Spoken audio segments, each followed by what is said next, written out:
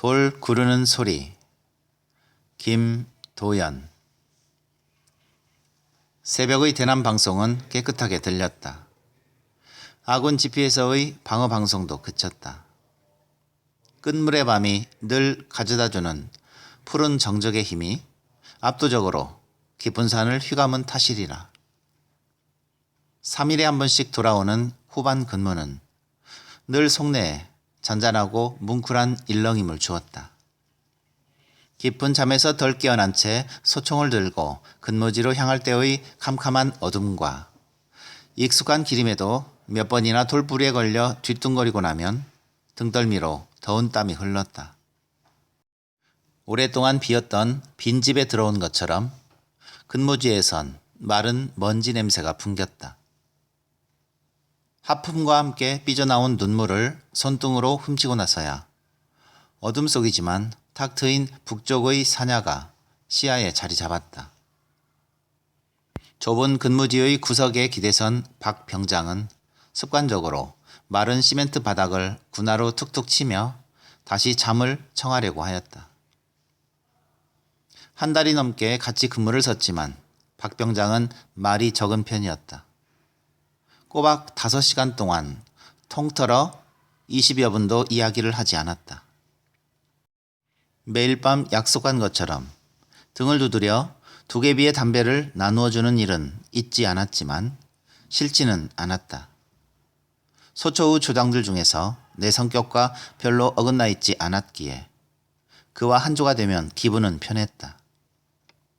옆 근무지에서 빨간 불빛이 희미하게 피었다가 이내 사라졌다.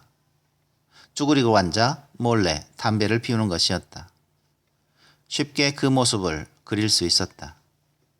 군침이 돌고 입술에 웃음기가 번지자 나는 곧 표정을 바꾸었다. 철책과 붙어있는 순찰로의 어디쯤에서 갑자기 회중 전동을 비칠지도 모르는 소초장의 버릇 때문이었다. 늘 그랬다.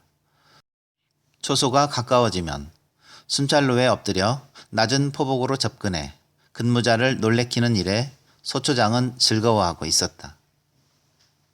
이건 무슨 내용이지? 야간의 어린아이 같은 소초장이 아니었다. 그를 이해하기에 앞서 나는 꽁쳐놓은 더러운 속옷 나부랭이를 여자에게 들킨 것처럼 부끄러웠다. 압수당했던 노트를 넘길 때마다 종이장의 비명소리가 들렸다.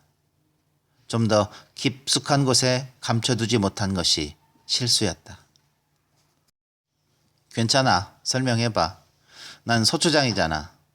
널 남한산성으로 보낼 생각은 없어. 그렇게 내버려 두지도 않을 거고. 아는 사람도 보안돼 있거든. 널 보호하려는 거니 다른 생각은 갖지 말라고. 그는 얼룩진 몽정과도 같은 노트에서 눈을 떼었다. 소년에게 중위 계급장을 단 것처럼 심각해 보였다. 우스워졌다. 잘못은 내게 있었다. 시인하고 들어갔는데도 그는 좀처럼 풀어질 기미를 보이지 않았다. 그가 가리키는 줄을 거꾸로 읽어나갔다. 겨울에 써놓았던 글이었다. 변소에서 신문을 읽었었다. 일간지 기자의 북한 방문기였다. 비교적 사투리가 배어있지 않았지만 이 땅의 사람이라면 금방 짐작할 수 있는 억센 북쪽 억양이었다고 기자는 회상하였다. 스피커에서 흘러나오는 여자의 그 한마디에 무척 감동받았노라고. 이 비행기는 평양으로 갑니다. 임마, 혼자 뭘 중얼거리는 거야? 바닥에 철모를 깔고 앉아 담배를 피우던 박 병장의 목소리가 나를 흔들었다. 담배 연기는 언제나 군침 돌게 만들었다. 그러나 아직 멀었다. 벌써 한 대를 피워버렸기에 내게 할당된 것은 한 개비밖에 남지 않았다.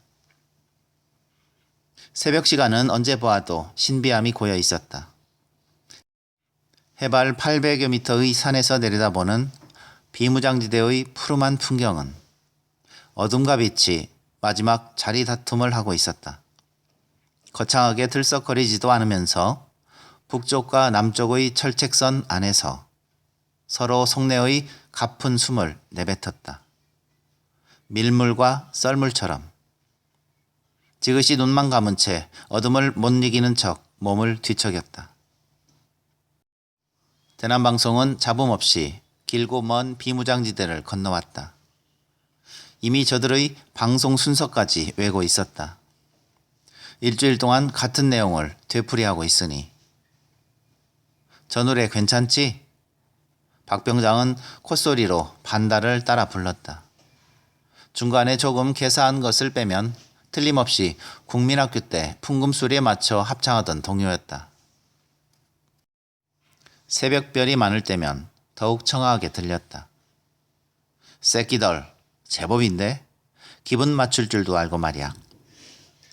근무지의 구석에 기대앉은 박 병장은 군화로 바닥을 툭툭 두드려 박자를 맞췄다. 몽둥이를 휘두르는 중이, 허벅지는 멍들고 누가 날 보는가. 임마, 내가 언제 몽둥이를 휘둘렀어?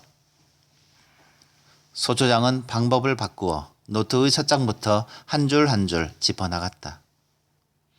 중식을 마치면서 시작한 것이 벌써 2시간을 넘게 계속되었다. 차라리 삽을 들고 작업을 하고 싶었다. 며칠 전 대대에서 갑작스럽게 소초로 내려온 육사 출신의 정보 장교가 관물대를 뒤짐으로 일은 시작되었다. 소초원들이 보급로 작업을 나간 뒤였다. 내 관물대에서 문제의 책과 노트 몇 권을 찾아내 문제 삼았기 때문이었다. 작업을 마치고 어지럽혀진 막사로 들어섰을 때 직감적으로 낌새를 챌 수 있었다. 소초장은 상황실에 앉아 신경질적으로 담배를 빨았다. 일부러 관물대를 확인하지 않고 세면장부터 찾았다. 알 수 없는 답답함이 다가오고 있었다. 상황을 보는 한 달 밑의 정일병이 뒤이어 세면장으로 들어와 머뭇거렸다. 김일병님, 낮에 정보 장교가. 됐어, 알고 있으니까. 카랑카랑한 남녀의 목소리가 번갈아 핏대를 세운 채 저들 특유의 억양으로 철책을 넘어왔다. 임수경의 밀 입국으로 대남방송은 전보다 훨씬 강도 높은 소리로 매일 밤 상황이었다. 목소리가 끊길 때마다 깊은 잠에 빠져있던 비무장지대를 일시에 일으켜 세우는 효리 같은 박수가 이어졌다. 예고 없었던 정보 장교의 순찰 목적을 어림잡을 수 있었다. 문제될 것을 곰곰 꼽아보았다. 소초장은 터뜨릴 준비를 하고 있었다. 취침할 때까지도 나는 관물대를 확인하지 않았다. 무엇을 문제 삼을지는 굳이 헤아릴 필요도 없었다. 그것은 오로지 그들이 생각하기에 따라 달라지는 것이었다. 나는 소초장의 태도에 조금씩 짜증났다.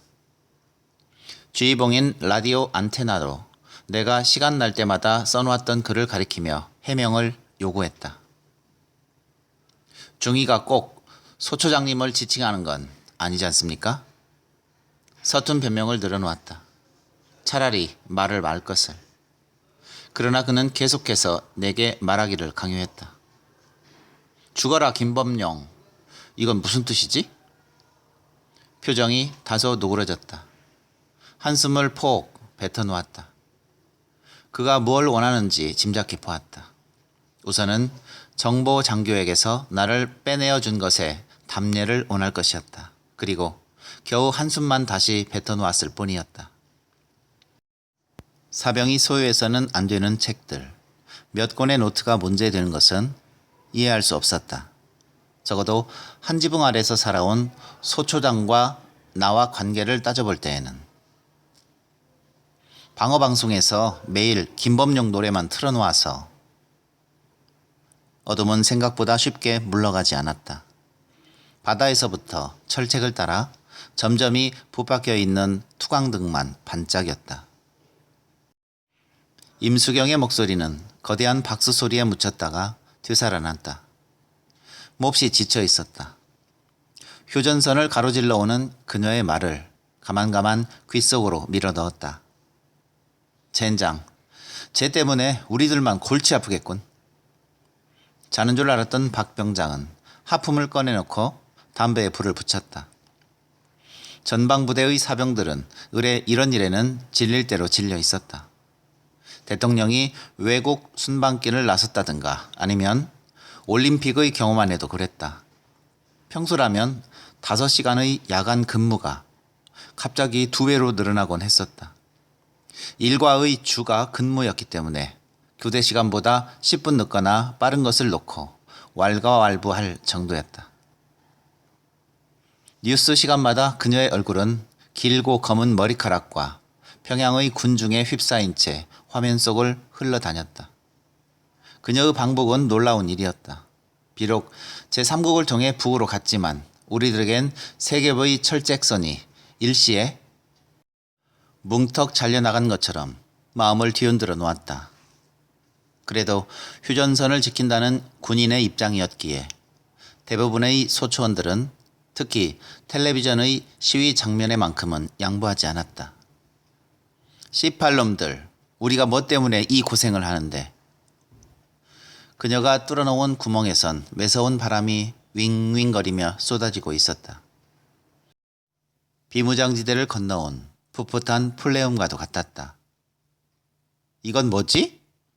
사진 속의 그녀와 사진 밖의 나와 화장실에서의 우울한 밀회라. 소초장은 볼펜으로 대충 지워버린 글을 마치 암호를 해석하듯 눈독을 들여 복원시켜 놓았다. 그는 점점 흥미가 동하는 표정이었다. 아, 이거 딸딸이 치는 거지? 언젠가 나는 그의 눈동자에 묻어있던 웃음을 기억해냈다. 소초에 하나밖에 없는 화장실은 아침 저녁으로 늘 붐볐다. 줄을 서야 할 정도였다. 소초장과의 그 일은 확실한 것이 아니었다. 그러나 나는 신혼부부의 방을 엿보다 들킨 것처럼 지레 어설픈 행동을 화장실 앞에서 벌였었다. 황급히 떠나온 화장실의 풍경은 충분히 떠올리고도 남았다. 화장지와 신문으로 대충 닦아낸 흔적이 분명한 바닥과 벽의 정액. 그 자리에서 엉덩이를 까고 앉아있을, 슬그머니 웃고 있을 소초장이었다. 나는 매일 여자의 사진을 수음에 써버리고 불태웠다. 주간지와 월간지의 나체 사진이며 떠나간 여자의 사진들을 주머니 속에 넣고 다녔었다.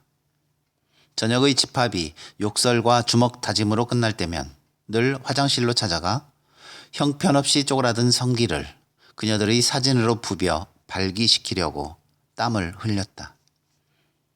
날이 좀 밝아오냐? 무릎에 얼굴을 파묻은 채 잠들었던 박 병장이 일어났다. 그는 늘 정확했다. 참았던 흡연 욕구가 한계에 이를 시간이면 감쪽같이 잠에서 깨어나 마지막 담배를 주었다.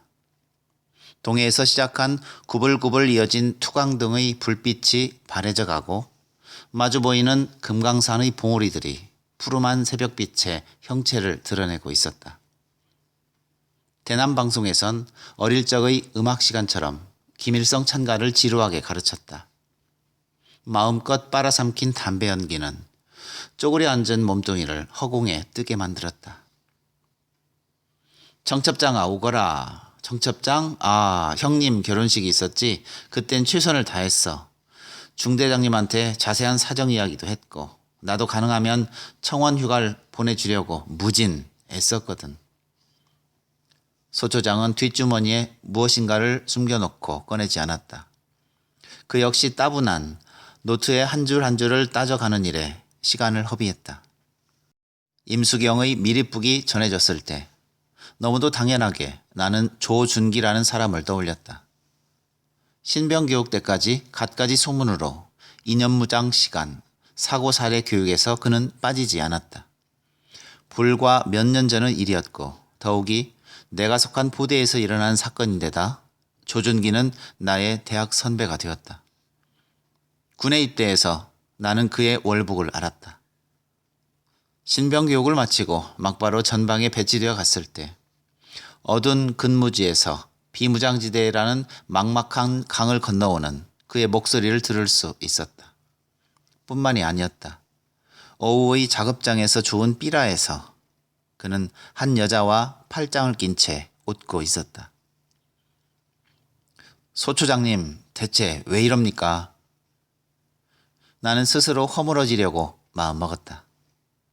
그가 나보다 한참이나 높은 중이라는 계급의 권위를 내세우려 한다면 기꺼이 엎드려서 그 속으로 기어갈 수도 있었다. 차라리 그렇게 해서라도 노트를 덮어버리고 싶었다. 그때 일로 누굴 원망한 건 아닙니다. 단지 형님이 결혼식을 하던 날 청첩장을 주머니에 접어넣은 채 만지작거리며 텔레비전을 보았습니다. 전국 노래 자랑이 나오더군요. 한 아주머니가 나와서 사랑은 얄미운 나비인가를 불렀고 너무 웃겨서 한참을 따라오셨습니다. 그런데 정신없이 웃다 보니 마침 그 시간이 형님의 결혼식 시간이었습니다. 형님은 어렵게 그때까지 살았습니다. 꼭 참석하고 싶었던 결혼식이었습니다. 그것뿐입니다. 이 노트는 그때그때 적어놓은 낙서입니다. 제발 이러지 마십시오. 저도 군생활 몸성이 제대하고 싶은 마음 굴뚝 같습니다. 이번 일로 소 초장님 불편하게 한 것 정말 죄송합니다. 소 초장은 슬픈 것 같지 않은 슬픈 표정을 지었다. 그는 벽에 걸어놓은 조그만 사진틀 속의 여자를 바라보았다. 기분 좋을 때면 소초원들에게 자랑하던 여자였다. 곧 그는 정색을 했다. 노트의 서너 장을 그냥 넘겨버렸다. 사병은 일기를 쓰면 안 돼. 알고 있지? 원칙상으로 책도 못 갖게 정해졌다고. 난 너희들에게 많은 편의를 봐주고 있는 거야. 그런데 대대나 연대놈들이 내려와 이걸 보면 뭐라 하겠어. 특히 요즘처럼 뒤숭숭한 때에 뭐야 몽둥이를 휘두르는 중이니 하는 걸 보안 반장도 보면 난 뭐가 돼? 밀려가는 어둠의 표정은 감동을 자아냈다. 당황하지 않고 지난밤의 거대한 장막이 부스러기로 화한 것마저 남김없이 끌어모아 더욱더 깊은 산속으로 끌어가고 있었다. 회중 전등을 켰을 때 드러나는 분명하고 간단한 빛과 어둠의 구별이 아니었다. 매일같이 반복되는 빛과 어둠의 일과였지만 결코 소홀함이 없었다. 뒤척임과 빠짐없는 산고의 고통 같은 잠들어 있던 바다를 흔들며 빛은 일어나고 있었다. 산 아래 멀리 거진왕의 불빛이 바람에 쓸려 엷어지고 종래엔 사라질 때까지 둘은 서로 어울려 밀고 당기는 투정을 계속했다. 어둠 속에서 빳빳하게 긴장되었던 몸이 밀려드는 졸음의 은근함에 취하는 것을 방지하고 있을 때 누군가 근무지에서 북쪽을 향해 고함을 지르고 밤새 가라앉은 목청을 도두어 흘러간 유행가를 불렀다. 날이 밝아 있었다. 이 삐란 왜 지니고 있었지? 너도 생각해봐. 정보 장교가 이걸 봤으면 어떻게 생각하겠어? 내가 먼저 빼돌렸으니까 망정이지. 그 사람이 네 뜻을 이해할 것 같아? 마침내 그는 문제의 삐라를 끄집어내었다. 차라리 다행한 일이었다. 이 문제는 소초장인 나로서도 중요한 문제야. 더욱이 여기에 그려진 이 지도는 뭐지? 우리 섹타가 맞지? 웃음이 나왔다. 가슴 속에서 가시가 돋친 무엇이 굴러다니고 있었지만 나는 자꾸 헛웃음을 흘렸다. 명암의 2배가 듬직한 삐라는 촉촉하게 젖어 있었다. 바람이 심했던 다음 날이면 휴전선 부근의 어디에나 널려 있는 삐라였다. 조준기는 쉽게 내 손에 쥐어졌다.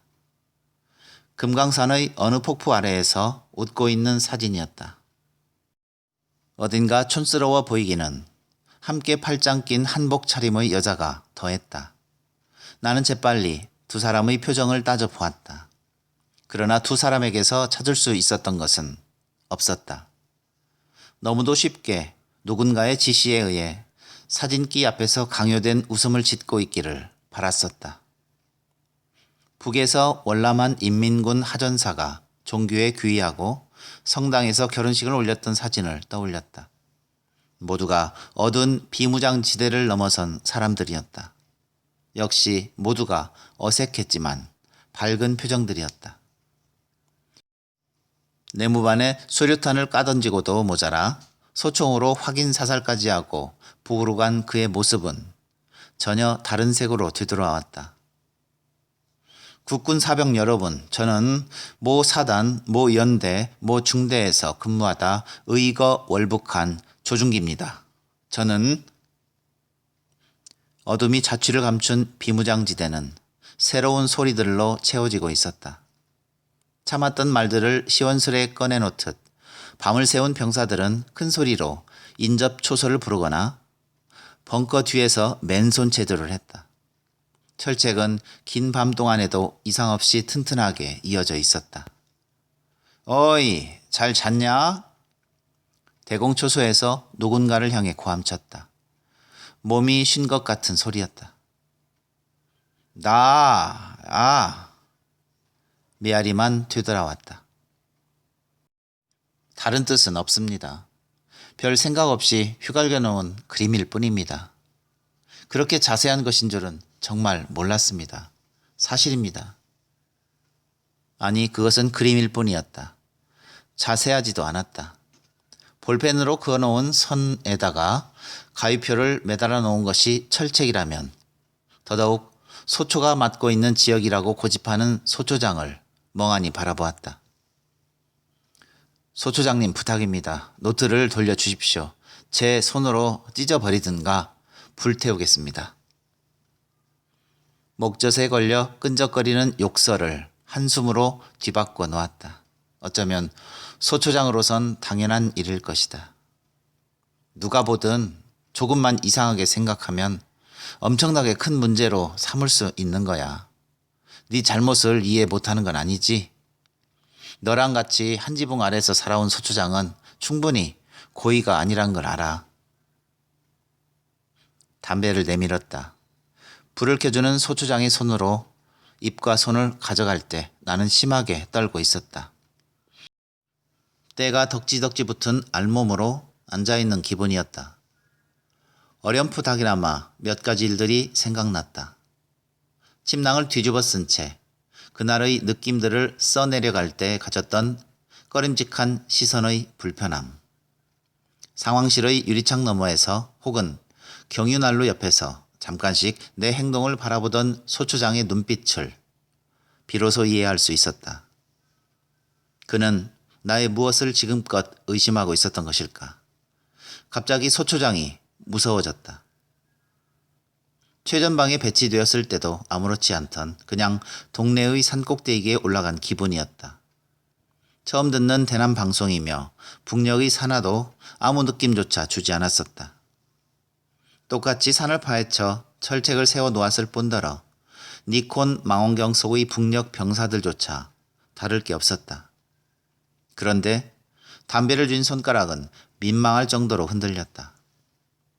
잊을만 하면 해이해진 군기를 바로잡겠다고 으슥한 화장실의 뒤편에서 주먹 다짐을 하던 고참들에게서도 가져보지 못한 두려움이었다. 대영의 지휘서신 2호? 잠자기 전과 잠에서 깨어난 뒤에 두 곡씩 가슴에 튼튼한 뿌리로 내리는 살아 꿈틀거리는 나를 경배하는 노래를 부를 것. 대영이 누구지? 이거 참모총장 지휘서신을 빗대어 말한 거 아니야? 대영은 조지 오웰의 1984이란 소설에 나오는 것입니다. 다시 공색한 변명을 늘어놓았다. 결국 다 피우지도 못하고 담배를 껐다. 마른 입천장에 까칠까칠한 이물질이 달라붙는 듯 불편하였다. 슬며시 입으로 떠들던 소문들이 저녁 식사를 마치고 내무반에 들어서자 사실로 변했다. 오후 시간부터 특별히 연대에서 내려온 정훈 장교가 땀을 할 정도로 이념교육을 하던 것부터 수상했었다. 내무반에 주질러 앉아 졸린 눈을 비비며 너무 많이 들어 닳고 다른 창녀의 거웃 같은 민주주의의 우월성까진 그래도 괜찮았다. 금음도 아닌 둥근 달이 태연하게 떠 있는데도 B형 근무가 떨어졌다. 망할년, 지가 뭔데 꼴값이야. 임수경의 미립북으로 취해진 조치임은 의심할 나위도 없었다. 개인에게 지급되는 햄빵을 빼앗긴 것처럼 모두들 흥분해 있었다. 도합 10시간 동안 근무지에서 지낼 생각에 막막한 표정들이었다. 생면부지의 한 여대생의 행동이 엉뚱하게도 자신들에게 화살이 되어 날아온 것에 소초원들은 참을 수 없다는 태도였다. 내 근무는 중반과 후반이었다. 저녁 10시 반부터 아침까지의 강행군인 셈이었다. 초저녁에 잠깐이라도 눈을 붙여야만 했다. 발꼬락내가 밴 침낭 속으로 몸을 디밀고 애써 눈을 감았지만 어두워진 시선 안엔 무수한 빗금들이 어지럽게 난무하고 있었다. 텔레비전은 계속해서 임수경의 방북 문제를 특집으로 내보냈다. 혼란했다. 잠 한숨 붙이지 못한 채 근무지로 향했다. 막사를 벗어나자마자 그녀의 목소리는 귓바퀴에 매달렸다. 멀고 먼 이국 땅에서 들려오는 듯 그녀의 목소리는 지쳐 있었다. 이러다가 전쟁이라도 뻥 터지는 거 아니냐? 대남 방송은 거대한 가마솥의 물이 끓듯 소란스러웠다. 아군 측의 방어 방송도 평소보다 소리를 높여 유행가를 휴전선 가득 풀어놓았다. 소초장의 질문에서 벗어날 기회가 많아졌다는 사실은 조금의 안심을 주었다. 전쟁을 근심하는 박병장이 부러웠다. 내겐 전쟁이라는 말조차 실감나지 않았다. 체증이 걸린 듯 무엇인가 가슴속을 꽉 막고 답답함만 더할 뿐이었다. 2개 비의 담배에서 배로 늘어났다는 사실 외엔 아무것도 없었다. 왜 찢어버리지 않고 노트에 끼워 놓았는지 잘 생각이 나지 않았다. 삐라가 준 충동 때문이었는지도 모른다.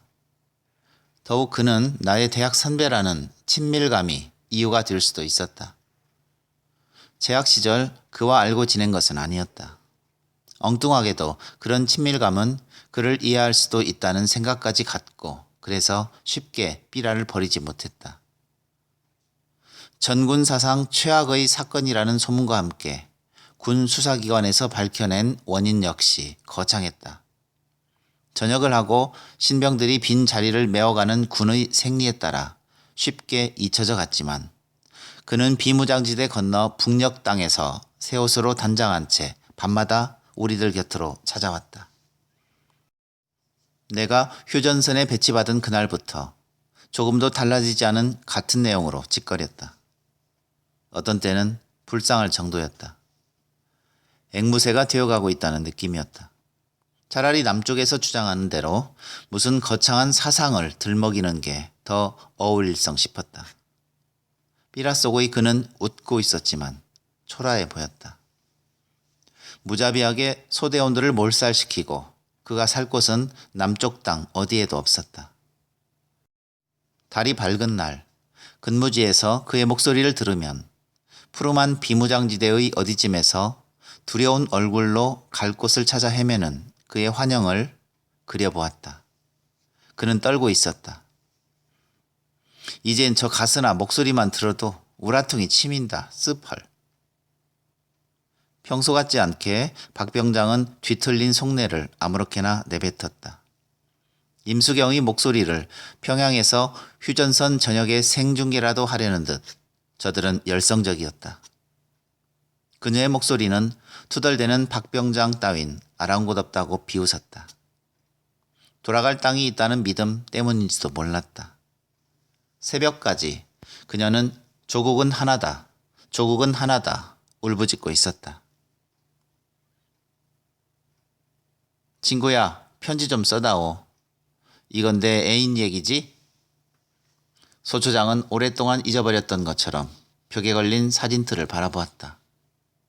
여자의 어깨에 다정하게 손을 올려놓은 소초장의 대학 시절 사진이었다. 헤어졌지? 의미 있는 표정으로 그는 물었다. 더 이상 그에게 감출 것은 없었다. 내가 말하지 않아도 소초장은 내 신상을 쭉 꿰차고 있을 정도로 치밀한 성격이었다. 소초에 전입 올 때 쓴 나의 성장 과정을 성의 없게 썼다고 오후 내내 16절지와 씨름하게 만들었던 그였다. 그때처럼 16절지가 넓게 보인 적은 없었다. 사방 어디를 가보아도 쪽문 하나 보이지 않았다. 몇 번의 퇴짜를 당할 동안 어이없게도 나는 누구에게조차 꺼내놓길 꺼렸던 것마저 남김없이 소초장에게 털어놓았다는 후회를 하고 말았다. 어느새 체벌에 익숙해진 몸은 그런 종류의 닥달엔 1시간도 견뎌낼 수가 없었다. 소초장은 미심쩍은 부분을 접어놓은 채 계속해서 노트를 넘겼다. 3분의 1을 넘어선 것이었다. 그 우울한 행동을 가만히 바라보았다. 나는 가끔 고개를 들어 벽에 걸린 사진에 시선을 고정시켰다. 8월의 뙤약볕을 피해 개울의 나무다리에 목을 메고 인간으로 하여금 도끼날로 목을 치게 한 이글거리는 장작불에 무럭무럭 솟는 피를 말리며 제 털을 시커멓게 까슬리는 개가 있었다. 예상외로 그는 차분하게 읽었다. 질문도 던지지 않았다. 침울한 표정으로 담배만 피워댔다. 좁은 소초장실은 담배 연기로 가득했다. 하기사, 제가 무슨 잘못이 있겠냐. 대학 근처도 못 가봤지만 너는 어떻게 생각하냐?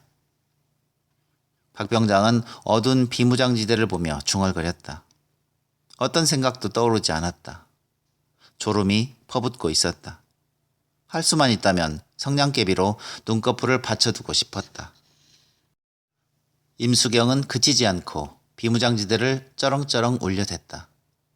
포기한 듯 박 병장은 철모를 깔고 원래의 자세를 취하였다. 뭐가 정답이고 오답인지 난 도통 모르겠다. 누가 거짓말을 하는지.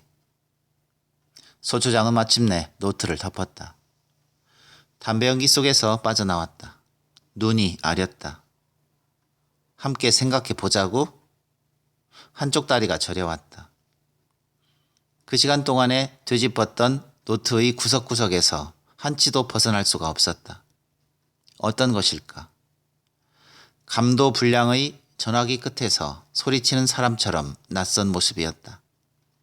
소초장은 탄통 속에 노트를 넣었다. 얼핏 훔쳐본 그 속에는 소초장의 세계가 담겨 있었다. 뚜껑을 닫는, 쇠붙이의 부딪히는 소리, 자물쇠를 채우는 소리는 차가웠다. 그는 간단하게 손을 털어 입고 있는 잘 다려진 군복에 닦았다. 아무 항변도 없이 내게서 잘려진 무엇, 낯선 곳에 떨어져 버렸음을 조금씩 알 수 있었다. 비로소 관물대를 열어보았다. 형편없이 어지러웠다. 옷을 개고 자잘한 개인용품을 정리했다. 노트와 책이 놓였던 자리에는 다른 것들로 채웠다. 아무렇지도 않았다. 안심이었다. 혹시나 어디 한켠이 텅 비어버리지는 않을까 걱정했었다. 손에서 묻어나는 머릿속까지 배어있는 단순함이 고마웠다. 크지 않는 소리로 얼마간 관물대 앞에 앉아 웃었다. 저들이 찾아내지 못한 것도 있었다. 나는 여자의 나체 사진을 호주머니에 찔러 넣었다. 소초의 상황을 보는 정일병이 저녁 결산을 끝마쳤을 때 슬며시 밖으로 불러냈다. 씩 웃으며 오물장으로 내려갔다. 악취가 풍기는 오물장을 뒤져 소주 한 병을 찾아냈다.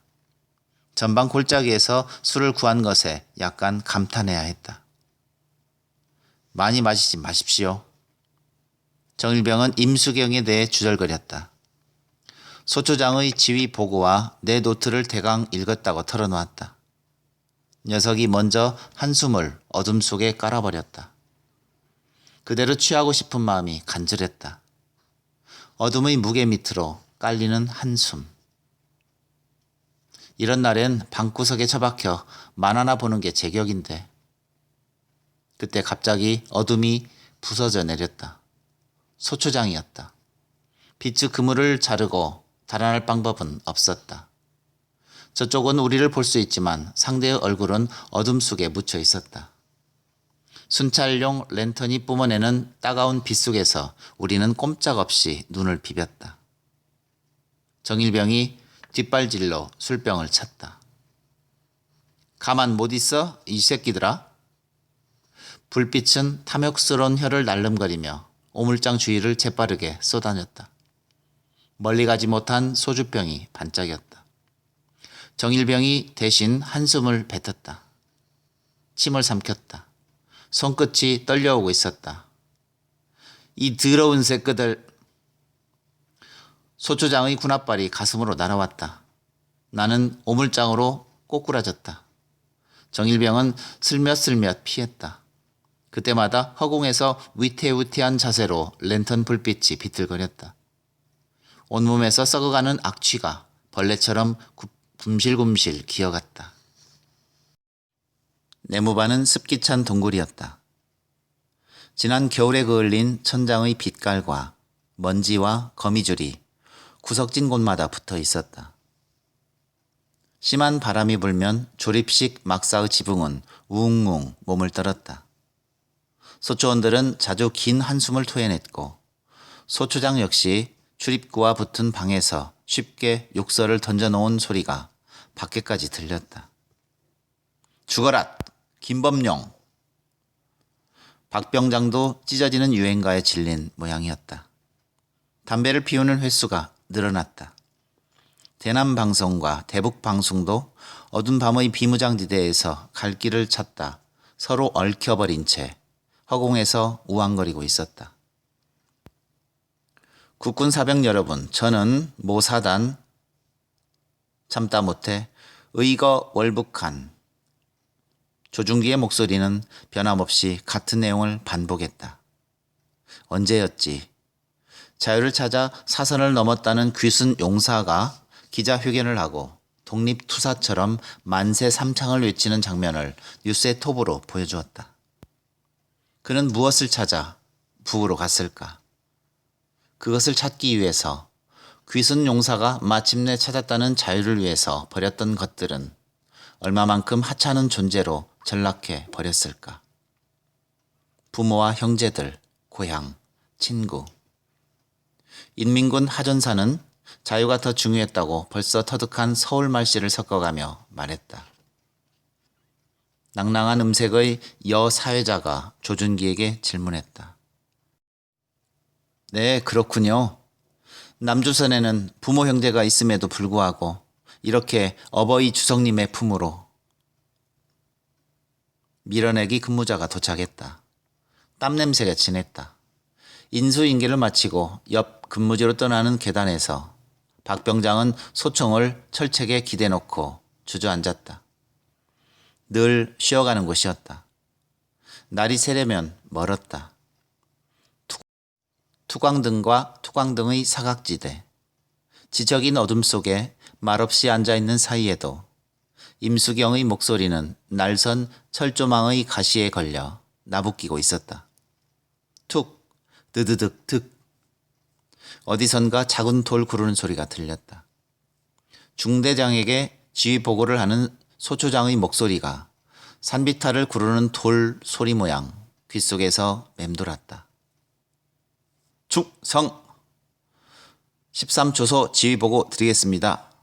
현재원 방책선 인원 장비 이상 없습니다. 애로사항 있음 미심쩍으며 빠른 시일 안에. 탄입대에는 M16 실탄 75발과 수류탄이 들어있었다.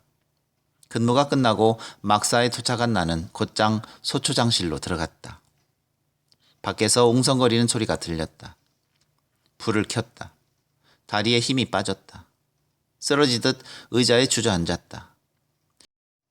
그제서야 그는 잠에서 깨어나 깜짝 놀란 듯 멍하니 나를 바라보았다. 소총을 그에게 겨누었다. 재빠르게 내 복장을 훑어보곤 심하게 말을 더듬었다. 왜 그래? 무슨 일이지? 밖에선 계속해 돌 구르는 소리가 시끄러웠다. 문을 걸었다. 이봐! 탄입대에서 세열 수류탄을 꺼냈다. 손에 꼭 맞았다. 가슴 속으로 돌 하나가 뚝뚝 떨어졌다. 오늘 처음으로 이것이 무기가 될 수 있다는 걸 알았습니다. 수류탄의 안전고리를 빼어 그의 얼굴 앞으로 가져갔다. 떨고 있었다. 벽에 걸린 사진틀 속의 그는 여자와 함께 웃고 있었다. 제 물건들을 주십시오. 그가 내민 라이터로 노트에 불을 붙였다. 천장으로 회색의 연기가 깔렸다. 급하지도 않았다. 한 장이 타면 다음 장을 찢어 불을 붙였다. 작은 불꽃의 그림자가 소초장의 얼굴에서 일렁거렸다. 수류탄을 움켜쥔 손에서 끈적한 땀이 흘렀다. 다음 장을 찢었다. 소초장님, 제 고통도 이만했습니다. 죄송합니다. 아직 다 태우려면 많이 남았습니다. 잠깐의 침묵 사이로 바람을 타고 와 유리창을 흔드는 대남 방송이 들렸다. 천장을 가득 채운 매운 연기는 아래로 내려왔다. 소초장은 울고 있었다. 개새끼야, 조용히 해! 가슴속으로 하나하나 떨어지던 돌멩이들이 일시에 사태지듯 무너지기 시작했다. 급한 경사의 산비탈을 메마르고 파헤쳐 놓은 탓에 흙먼지만 펄럭이는 민둥산의 허리를 긁어내렸다. 깨어지고 깨어져서 주먹보다 작은 돌멩이들이 우박처럼 흩날리는 비듬처럼 쏟아졌다. 개새끼야, 조용히 하라고!